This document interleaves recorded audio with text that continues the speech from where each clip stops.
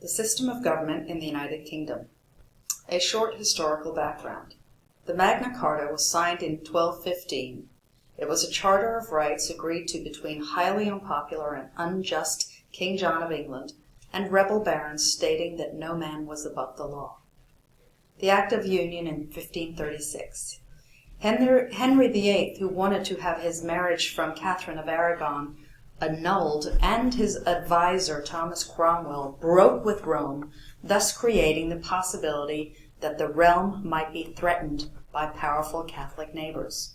With the Act of Union, the law of England was to be the only law of Wales, and the country was to be represented in Parliament with 26 members.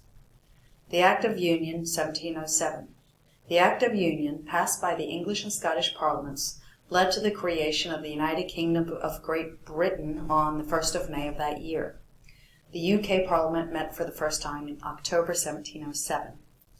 Acts of Union 1801. These were parallel acts of Parliament to unite the Kingdom of Great Britain and the Kingdom of Ireland to create the United Kingdom of Great Britain and Ireland. In 1921, the United Kingdom of Great Britain and Northern Ireland was formed after the Irish War of Independence led to the Irish Free State. Important events regarding Brexit and Northern Ireland today. The Easter Rising against British forces in 1916, the Irish War of Independence between 1919 and 1921, the Troubles in Northern Ireland between 1968 and 1998, and the Good Friday Agreement, 10 April 1998 between Britain and Ireland. The distribution of power. The UK is a parliamentary democracy and a constitutional monarchy. Parliamentary democracy means the party with the most votes in Parliament forms the government. Constitutional monarchy means that the monarch shares power with government. King Charles III is official head of state. There is no written constitution or independence in the UK, but common law and practice developed over time. The monarchy, the sovereign King Charles III, has symbolic power, is formal head of Parliament, gives royal assent from a bill to an act of Parliament, is head of the Church of England, commander-in-chief, appoints the Prime Minister, appoints peers to the House of Lords, but no longer rules, is a unifying symbol. Here you see an illustration of a parliamentary democracy with a constitutional monarch as head of state, with UK Parliament at the top over the UK government, and then you have Scottish Parliament, National Assembly for Wales, Northern Ireland Assembly, and London Assembly, and the executive is Scottish Government, Welsh Government, Northern Ireland Executive, and Greater London Authority. There are two houses of Parliament, the lower house, the House of Commons, and the upper house, the House of Lords. Bills must be approved in both houses to become law. The House of Commons approves government spending, levies taxes, is a watchdog on government, debates important issues, and most cabinet ministers are from the lower house, and all prime ministers are from the lower house since 1902. The Speaker in the House of Commons is nonpartisan, and he is elected, or she is elected, to be responsible for the orderly conduct of business. The House of Commons is the lower house, as mentioned.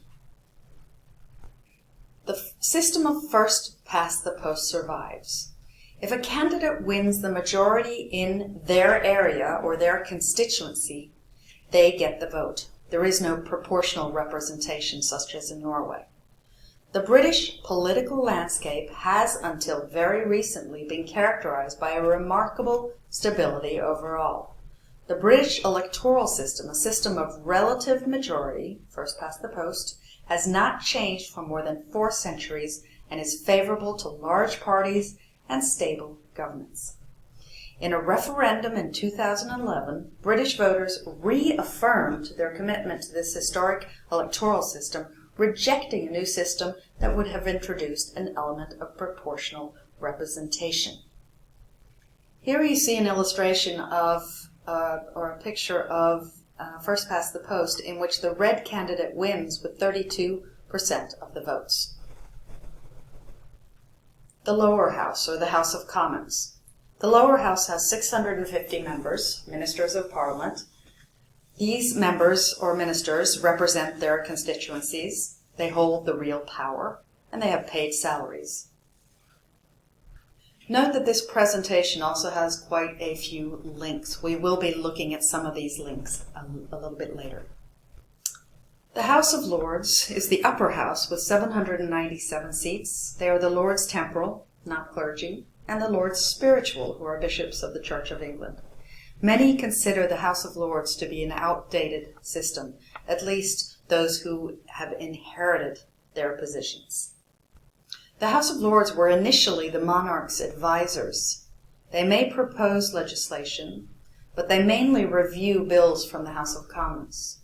They have the power to delay or reject, but that power is limited, and they cannot challenge financial legislation. In other words, they have lost power. One of the main reasons for this loss of power is that the Lords are not elected as they are in the House of Commons.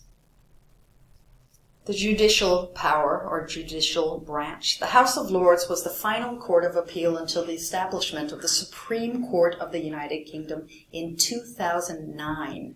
And this was done in order to achieve separation from the legislative branch. The principle of parliamentary sovereignty in the United Kingdom means that it has more limited powers. In other words, the Supreme Court in the UK has more limited powers than the Supreme Courts of other countries. For example, the United States, which has great powers of judicial review of the constitutionality of laws. The government, or the executive branch. The government is formed by the leader of the majority party, also called parliamentarism. The Prime Minister appoints ministers from Parliament to his cabinet. There are 22 members in the cabinet, plus the Prime Minister, and the government wields power for a 5-year term. The last general election was called by Boris Johnson in 2019 to strengthen his bargaining power over Brexit.